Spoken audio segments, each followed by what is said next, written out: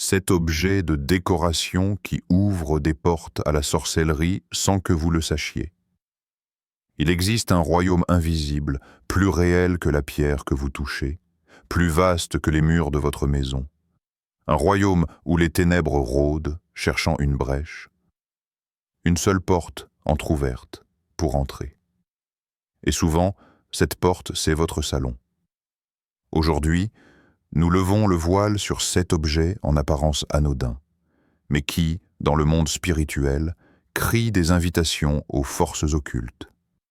Que celui qui a des oreilles entende, les attrape-rêves, les filets des esprits. Il y avait, dans une maison ancienne, une chambre où personne ne voulait dormir. Pourtant, la pièce était belle. Un grand lit de fer forgé, des rideaux ivoire, et suspendu juste au-dessus de l'oreiller, un grand cercle entouré de plumes et de fils tissés, un attrape-rêve. La vieille femme qui y dormait parlait souvent dans son sommeil. Parfois, elle riait. D'autres fois, elle pleurait sans s'arrêter. Elle disait que ses rêves lui montraient des choses, des visages, des lieux qu'elle ne connaissait pas, des secrets qu'elle n'avait jamais appris. On dit qu'un jour, un enfant s'est approché du lit pour toucher l'objet suspendu. Il a hurlé. Pas de peur, non, de colère. Mais ce n'était pas sa voix. C'était une voix étrangère, rauque, blessée. Le filet avait bougé, comme si quelque chose dedans respirait. On a décroché l'attrape-rêve, on l'a brûlé. Depuis ce jour, la chambre est silencieuse. Mais le voile entre les mondes, lui, ne s'est pas refermé. Mon cher petit serviteur, apprends à cacher l'enfer dans la soie. Nos meilleures œuvres ne sont pas les ténèbres grossières, mais celles tressées d'ombres légères. Vois cet objet, un cercle, des plumes, du fil. Inoffensif? Non. Non, c'est un symbole. Et tout symbole est un accès, une invitation. L'attrape-rêve fonctionne à merveille. Il donne l'illusion de protection, alors qu'il ouvre. Il rassure pendant qu'il expose. C'est une parodie d'autel suspendu au-dessus du sanctuaire du sommeil. Chaque nuit, quand l'âme flotte entre les mondes, ce filet travaille. Il ne filtre pas les cauchemars, il sélectionne les influences. Nous y soufflons des fragments d'illusion, des visions vaines, des semences d'orgueil, de crainte ou de curiosité. Le plus exquis, c'est qu'il porte la signature du sacré, sans jamais nommer l'unique. Voilà notre stratégie. Capturer l'aspiration spirituelle et l'orienter ailleurs. Tisse avec soin, mon disciple. Et surtout, reste discret. As-tu déjà considéré la porte que représente le sommeil? Ce moment où ta volonté s'éteint, où ton âme voyage, vulnérable, dans des couloirs que ni la chair ni la science ne peuvent suivre. Qui as-tu laissé suspendu? Quel objet est posté en vigile au-dessus de ton repos? Est-ce un emblème vide ou un autel masqué? L'attrape-rêve est une parodie du tabernacle. Là où Dieu couvre son peuple d'ailes de miséricorde, ce filet tisse des fils d'ambiguïté. Il détourne la source de paix. Il simule la maîtrise des songes, alors qu'il cède la place à ceux qui rôdent dans l'ombre. Ce que tu appelles art ethnique ou déco zen, d'autres le nomment portail.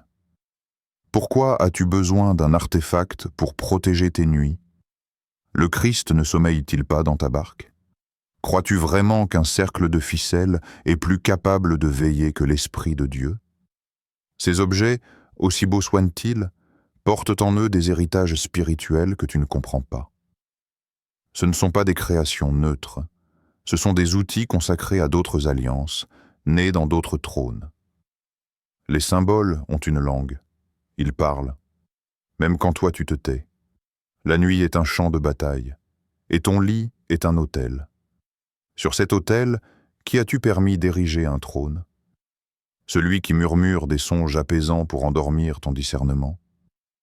ou celui qui révèle dans le silence ce que l'œil ne voit pas, déracine ce qui a été tissé dans l'ombre, dénonce les œuvres feutrées de l'ennemi, car ce qui paraît doux est flottant, et parfois un piège suspendu au-dessus de ton esprit. Il est écrit « Je me couche et je m'endors en paix, car toi seul, Éternel, me fais habiter en sécurité. » Psaume 4, 8. Ce n'est pas un cercle de ficelles qui peut t'offrir ce repos. C'est une croix dressée, un sang versé, un nom au-dessus de tout nom. Et ce nom ne se suspend pas à un mur. 2. Les statues de Bouddha. Une paix étrangère. Elle était là, immobile dans le coin de la pièce. Une petite statue, beige pâle, au sourire fermé comme un secret ancien. On l'avait posée près d'un bonsaï, sur une étagère de bois clair. Juste là, entre les livres de développement personnel et les bâtons d'encens. La pièce était silencieuse, trop silencieuse. Pas le silence reposant d'un cœur apaisé, mais ce genre de mutisme profond, presque liquide, qui semble observer. Il y avait une présence dans cette salle, pas bruyante, mais dense, suspendue, presque consentie. La propriétaire disait qu'elle s'y sentait bien, en paix, disait-elle. Mais ses rêves étaient devenus bizarres, lents, tournoyants, remplis de temples qu'elle ne connaissait pas. Et parfois, au réveil, elle entendait comme un souffle, juste derrière elle, mais elle n'y prêta pas attention, parce qu'après tout, c'est juste une statue, n'est-ce pas? Honorable frère Murmure, je vous écris pour féliciter votre équipe. Le dispositif de paix étrangère placé dans la maison du sujet fonctionne parfaitement. Le silence spirituel est total. La voix du Très-Haut ne traverse plus.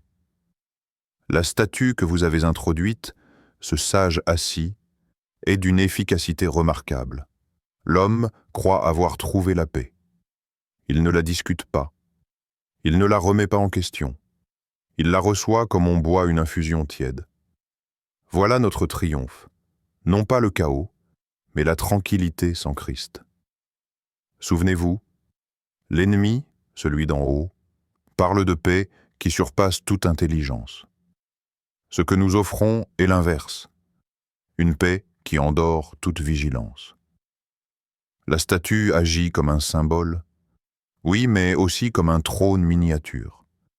Ce n'est pas qu'un souvenir d'Asie, c'est un point d'ancrage pour nos messagers invisibles. Elle attire les influences, elle rend l'atmosphère stérile à la prière, et surtout, elle insinue qu'il existe d'autres chemins. Continuez le travail. Ajoutez bientôt un mandala mural, peut-être un bol chantant. Et laissez l'âme se détacher doucement, du seul nom par lequel elle peut être sauvée. As-tu déjà remarqué que certaines paix sont trompeuses? Le genre de paix où l'on ne ressent plus ni le combat, ni la joie, ni même le besoin de Dieu. Un calme épais, vide, tiède. Ce genre de paix n'est pas un fruit du Saint-Esprit, c'est un anesthésiant spirituel. Ces statues ne sont pas décoratives, elles sont évocatrices. Elles évoquent des doctrines, des trônes, des systèmes spirituels entiers. Et dans le monde invisible, elles parlent. Elles disent « Voici une autre voie, voici un autre maître, voici une autre sagesse. » Mais Christ a dit « Je suis le chemin, la vérité et la vie. Nul ne vient au Père que par moi. » Jean 14, 6. Alors que dit une statue de Bouddha dans ta maison? Elle dit « Ce n'est pas vrai. Il y a d'autres manières. » Ces objets n'apportent pas la paix du ciel. Ils instaurent un silence horizontal, une neutralité spirituelle qui devient vite une porte d'entrée pour les esprits d'errance, d'orgueil mystique et surtout de relativisme. Dans chaque maison, il y a un autel. Il n'est pas toujours visible, mais il existe. Parfois, il est fait de prières et d'adoration. Parfois, il est fait d'idoles muettes et de symboles étrangers. Quand tu poses une statue de Bouddha chez toi, tu introduis un trône étranger dans ton sanctuaire. Et même si tu n'y crois pas, même si c'est juste esthétique, dans l'esprit, tu as autorisé un autre royaume à s'asseoir. Car les royaumes spirituels n'attendent pas ta croyance pour exister. Ils attendent ton invitation. Il est écrit, ils ont changé la vérité de Dieu en mensonge, et ont adoré et servi la créature au lieu du Créateur. Romains 25. Cette paix que tu ressens n'est peut-être pas la paix de Dieu. C'est peut-être le calme d'un champ de bataille déserté, où plus rien ne se défend. Et pendant que tu crois être en paix, le silence travaille contre toi. 3. Les cristaux énergétiques. Les faux éclats de lumière. C'était une petite boutique, cachée dans une ruelle, dont l'enseigne semblait écrite à la main. Dedans, il y avait un silence particulier, comme celui qu'on entend dans les serres ou les temples abandonnés. Tout brillait, des pierres, partout, alignées comme des soldats endormis. Quartz rose, œil de tigre, améthyste. Chaque cristal avait sa carte, sa fonction. Amour, protection, purification. Un éclat particulier attira l'œil. Une pierre bleue, presque liquide à la lumière, nommée labradorite. La vendeuse dit « Celle-là repousse les énergies négatives, elle protège l'âme. » Mais dans le reflet du verre, il y avait autre chose, quelque chose de vivant, quelque chose qui attendait. Et quand la main toucha la pierre, un frisson monta, pas de chaleur, pas de paix, une crispation, comme si un pacte silencieux venait d'être scellé. Je t'écris, avec fierté, jeune artisan des leurs. Nos cristaux s'implantent à merveille. Ce n'est plus le temps des vieux talismans en cuir, des pentacles ou des fétiches. Le temps est à l'élégance, à la science voilée de spiritualité. Le génie, vois-tu, c'est qu'ils croient manier la lumière. Ils ne se rendent pas compte qu'ils se prosternent devant le prisme et non la source. Ils tiennent une pierre dans leurs paumes, espérant qu'elle guérisse leur anxiété, alors que le Christ a déjà versé son sang pour leur paix. Le quartz rose remplace le pardon. La labradorite devient un faux bouclier. L'améthyste leur donne des visions qu'ils croient être des révélations. Et nous applaudissons. Ils ne prient plus. Ils alignent des pierres, ils ne jeûnent plus. Ils purifient leurs chakras. Ils ne cherchent plus l'esprit. Ils écoutent leurs vibrations. Continuent à leur souffler que tout ceci est neutre, naturel, bénéfique. Et surtout, qu'ils se disent toujours « ce n'est pas religieux ». Tu crois que ce sont de simples objets. Mais les objets spirituels n'existent pas sans signification. Chaque pierre posée avec une intention est un message lancé au monde invisible. Que dis-tu quand tu poses un cristal pour guérir? Tu déclares « Ma guérison ne vient pas de la croix, elle vient de cette pierre. » Mais la parole dit « Par ses meurtrissures, nous sommes guéris. » Ésaïe 53, 5. Christ est la pierre angulaire. 1 Pierre 2, 6. Alors pourquoi poser d'autres pierres à la place? Pourquoi chercher des vibrations quand Dieu te propose sa voix? Pourquoi placer ta foi dans une roche taillée quand le rocher des siècles t'attend? Le monde te vend des amulettes déguisées. Il appelle ça énergie, fréquence, éveil. Mais en vérité, ces pierres ne guérissent pas beauté. Elles détournent. Elles capturent ton besoin légitime de paix et l'orientent vers un système païen recyclé, habillé de science et d'esthétique. Ces pierres sont les totems modernes d'un ancien mensonge. Vous serez comme des dieux. Vous trouverez la lumière en vous-même. Vous n'avez pas besoin de la croix. L'ennemi ne se présente pas toujours en cornes et flammes. Il entre avec douceur, par reflets et douce chaleur. Il brille, il séduit. Il propose une lumière qui ne brûle pas les ténèbres, mais les rend acceptables. Mais la lumière de Dieu éclaire et purifie. Elle ne flatte pas les blessures, elle les guérit. Elle ne vibre pas, elle parle, coupe, transforme. Ces pierres ne sont pas neutres, elles sont des autels portatifs. Et dans le silence de ta chambre, pendant que tu médites avec elles, des alliances se signent. Subtiles, invisibles, mais réelles. Il est écrit, Satan lui-même se déguise en ange de lumière. Ce à Corinthiens 11, 14. Alors demande-toi, est-ce que cette lumière vient de Dieu, ou est-ce l'ombre qui a appris à briller? 4. Les symboles occultes, des signatures démoniaques. Un jeune homme entre dans un appartement qu'il vient de louer. Tout est blanc, propre, mais sur le mur, un étrange motif, gravé dans le bois d'une étagère laissée par l'ancien locataire. Un cercle, une étoile, un œil stylisé. Il trouve ça esthétique. Il garde. Chaque soir, il lit à la lueur d'une lampe douce, juste en dessous du symbole. Et peu à peu, ses pensées changent. Un certain malaise s'installe. Il dort mal. Il rêve de figures au regard persistant. Sa Bible commence à l'ennuyer. Sa prière devient mécanique, puis cesse. Mais ce n'est qu'un dessin, n'est-ce pas? Ce n'est qu'un motif graphique, juste une décoration. Alors pourquoi l'atmosphère a-t-elle changé depuis qu'il l'a laissé accrocher? Chapitre 7. Sur la puissance juridique des symboles, le langage humain a oublié, mais nous nous souvenons. Les symboles parlent, ils appellent, ils lient, ils scellent. Ils sont des signatures invisibles.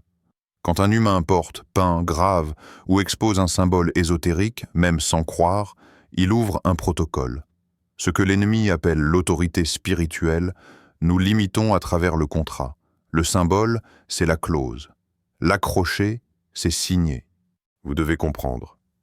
La guerre spirituelle est d'abord juridique. Rien ne nous appartient sans permission. Mais chaque œil d'Horus, chaque sigil de chaos, chaque pentacle qu'un mortel arbore sans discernement nous donne un droit d'entrée. Un tatouage, une boucle d'oreille, une affiche, ce ne sont pas des accessoires. Ce sont des drapeaux plantés. Une fois hissés, notre influence peut opérer légalement. Laissez-les croire que c'est cool, ésotérique chic, neutre. Laissez-les chercher le sens esthétique, pendant que nous réclamons leurs rêves. Le monde spirituel n'est pas décoratif. Il est réactif. Chaque symbole visible sur Terre crie quelque chose dans le monde invisible. Il n'y a pas de neutralité. Il y a des sceaux du royaume et des sceaux de l'adversaire. Quand tu affiches un œil qui voit tout, un pentacle stylisé, un sigil d'origine inconnue, tu ne montres pas seulement une esthétique, tu déploies un message. Et ce message dit « Cet espace est accessible. Je consens à ce que je ne comprends pas. » Il est écrit « Mon peuple est détruit parce qu'il lui manque la connaissance. » Osée 4, 6. La plupart ignorent que l'ennemi ne fonctionne pas toujours par force, mais par accusation légale. Il attend que tu ouvres une porte, même minuscule, pour dire à Dieu « Il m'a donné la permission, il a signé. Il a affiché mon symbole. Il est à moi. » Toi, tu vois une décoration. Lui, il voit une clause contractuelle. Ils ont orné les murs avec des glyphes oubliés. Ils ont tatoué leurs bras de runes anciennes. Ils ont cousu sur leurs habits des yeux, des lunes, des triangles inversés. Et maintenant, ils ne comprennent plus pourquoi l'air de leur maison est si lourd. Ce n'est pas un hasard. Ce sont des bannières ennemies. L'ennemi ne veut plus se cacher. Il veut se montrer. Et il se montre sans résistance parce qu'il a redéfini ses marques en objets de design. Il a repeint les glyphes en argent, les pentacles en or rose, les yeux en abstraction minimaliste. Et pendant que tu penses que c'est tendance, il pose sa tente. Dans l'esprit, rien n'est flou. Chaque image est un code. Chaque code est un pacte. Et chaque pacte appelle une présence. Vous ne ferez point d'alliance avec eux, ni avec leurs dieux. Exode 23, 32. Mais que fais-tu quand leurs signes sont sur tes murs, quand leurs glyphes décorent ta porte, quand leurs codes reposent dans ta chambre à coucher? Le monde spirituel t'entend avant que tu parles. Il lit ce que tu portes, ce que tu montres, ce que tu tolères. Et il agit en fonction. 5. Les livres d'ésotérisme et d'astrologie. Porte littéraire. Il était posé sur une table, seul, un livre relié à la couverture élégante. Les cycles lunaires et votre destinée intérieure. Sur la tranche, une étoile à 12 pointes. Ce n'était pas une Bible, mais il promettait des révélations. Elle l'ouvrit en se disant « Juste pour voir ». Quelques pages sur les signes astrologiques, les rituels de lune, les invocations. Rien d'agressif, rien de choquant. Tout était doux, poétique même. Mais cette nuit-là, les rêves changèrent. Et au matin, une pensée nouvelle s'était glissée dans son esprit. Peut-être que Dieu n'est pas suffisant. Peut-être qu'il y a autre chose. Et c'est ainsi que les livres parlent. Pas avec des cris, avec des soupirs. Mon maître, je tiens à vous signaler les excellents progrès réalisés sur le front littéraire. La désacralisation de l'objet livre chez les humains nous permet une infiltration presque parfaite. Le plus doux poison reste l'encre. Nous avons appris à l'utiliser à leur manière, douce, savante, enrobée de lumière. Chaque chapitre devient une marche descendante vers l'abîme, surtout quand ils lisent seuls, dans le silence. L'astrologie, parfaite. Elle flatte leur besoin de contrôle et leur obsession de l'identité. Les livres de sorcellerie, encore mieux. Ils y trouvent un sens de puissance, d'autonomie spirituelle. Nous ne leur disons jamais qu'ils invoquent. Nous disons « ils manifestent ». Chaque fois qu'un de leurs doigts tourne une page de ces grimoires modernes, nos anciens noms s'agitent, car ils lisent avec attention. Et l'attention, mon maître, est l'un des plus grands actes spirituels. Il ne s'agit plus de brûler les Bibles. Il s'agit de noyer leur foi sous des torrents de connaissances alternatives. Ils te diront « c'est juste un livre ». Mais dans le monde invisible, lire n'est jamais juste lire. C'est s'ouvrir, s'accorder, absorber. C'est méditer par procuration sur des paroles qui ne viennent pas de Dieu. As-tu remarqué que la parole de Dieu est vivante? Elle parle, elle libère. Mais de la même manière, certains livres enferment, d'autres attirent, et quelques-uns appellent.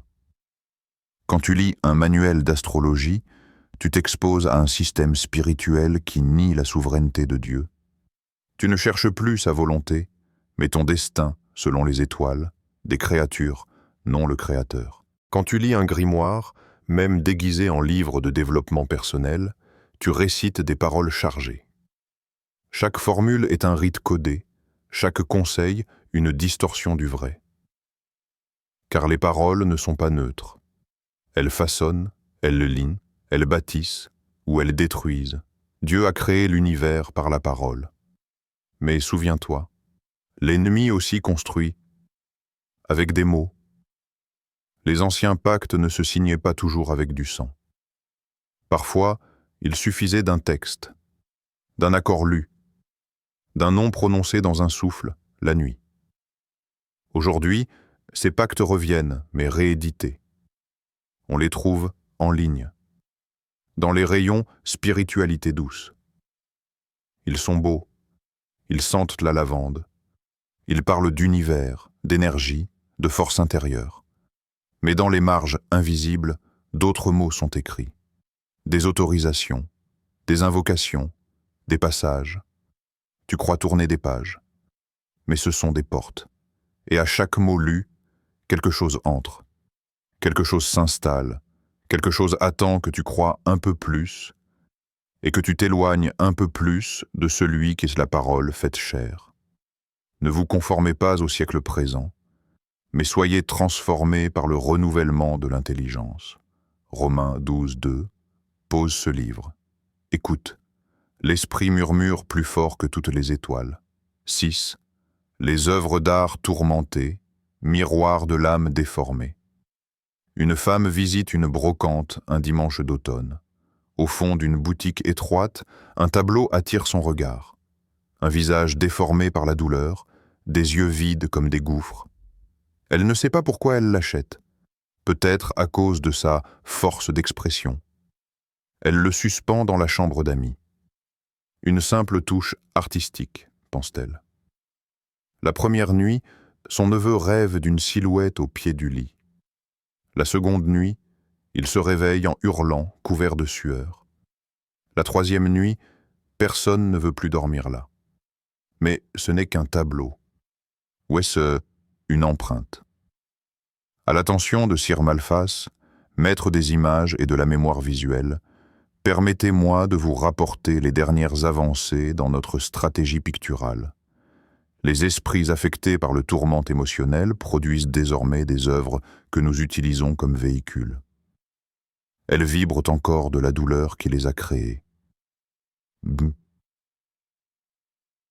Nos meilleures armes ne sont plus les idoles sculptées dans la pierre antique, mais les œuvres d'art modernes inspirées de la souffrance, de la rage, de la haine du divin. Elles ne crient pas, mais elles chuchotent sans arrêt, jusqu'à ce que la paix de l'âme soit minée. L'humain croit décorer sa maison. En réalité, il invoque sans le savoir les échos d'un cri qui ne lui appartient pas. Chaque masque tribal utilisé sans prière, chaque sculpture née d'un esprit brisé, chaque toile saturée de ténèbres devient une extension de notre atmosphère. Qu'ils continuent de croire à l'art pour l'art, cela nous suffit. Dans le monde spirituel, l'art est un langage.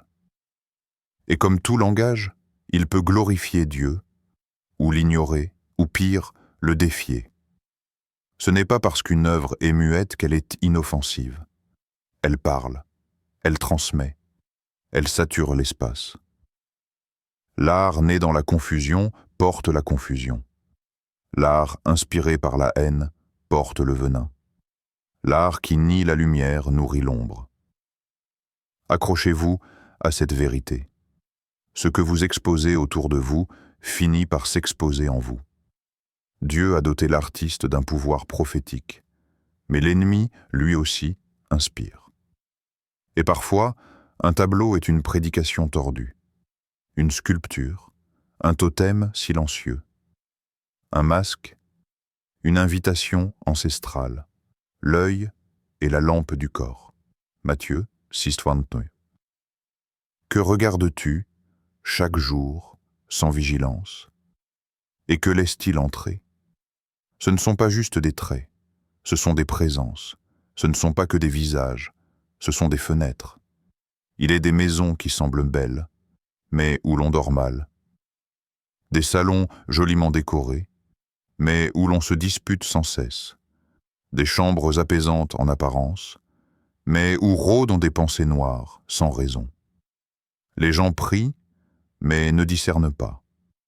Ils cherchent la paix, mais tolèrent des autels visuels à la confusion, au désespoir, à la violence.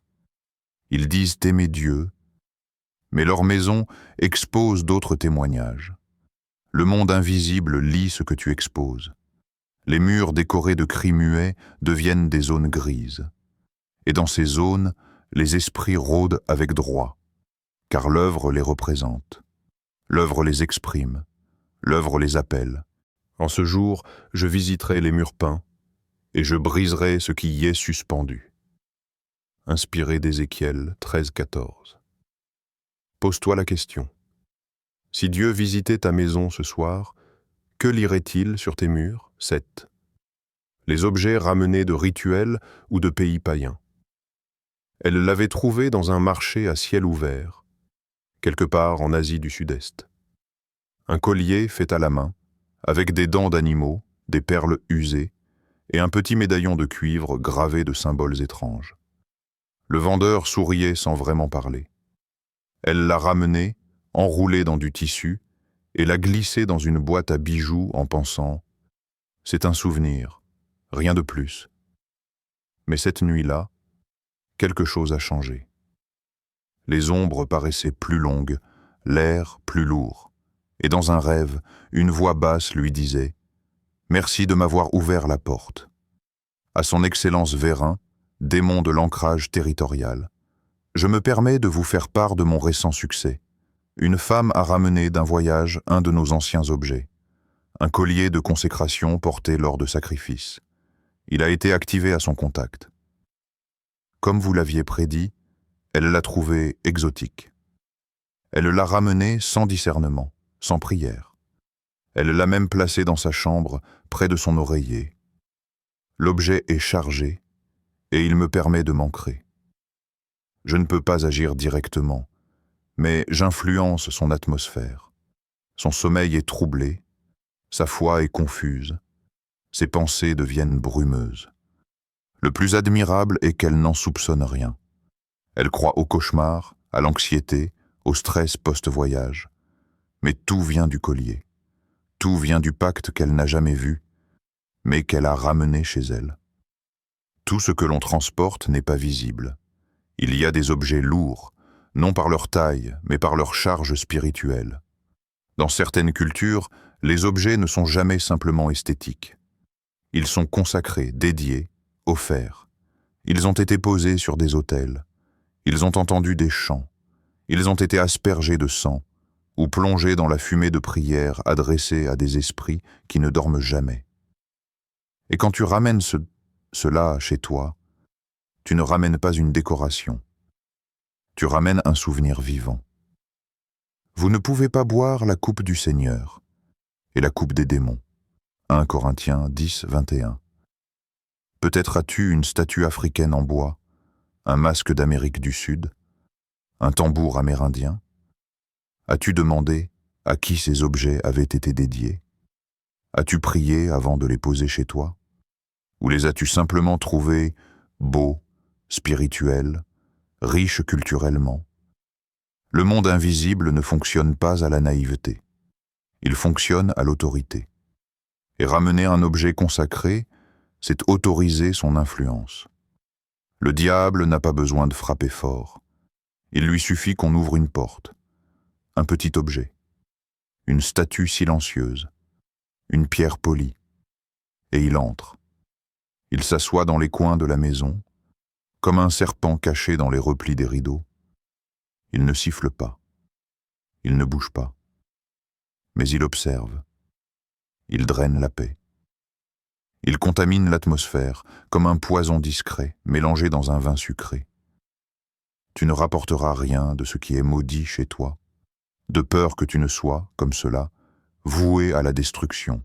Deutéronome 7, 26. Les objets portent des histoires, mais certaines histoires sont des pactes, et chaque pacte a un gardien. Ce que tu poses sur une étagère peut devenir un trône.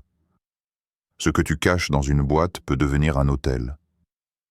Il est temps de purifier ta maison, de chercher, de jeter, de renoncer. Car parfois, l'ennemi ne frappe pas à la porte. Parfois, c'est toi qui l'as ramené dans ta valise. Tout ce qui entre dans votre maison entre aussi dans votre atmosphère spirituelle. Rien n'est neutre, rien n'est anodin. Car la maison d'un homme est aussi l'autel de son âme. Alors, purifiez vos murs. Détournez-vous de l'apparence du mal, et que chaque objet, chaque parfum, chaque image proclame « Jésus est Seigneur ici ». Car la lumière ne cohabite pas avec les ténèbres, et ce que vous laissez entrer façonnera ce que vous deviendrez. Mon peuple est détruit parce qu'il lui manque la connaissance. Osée 4, 6.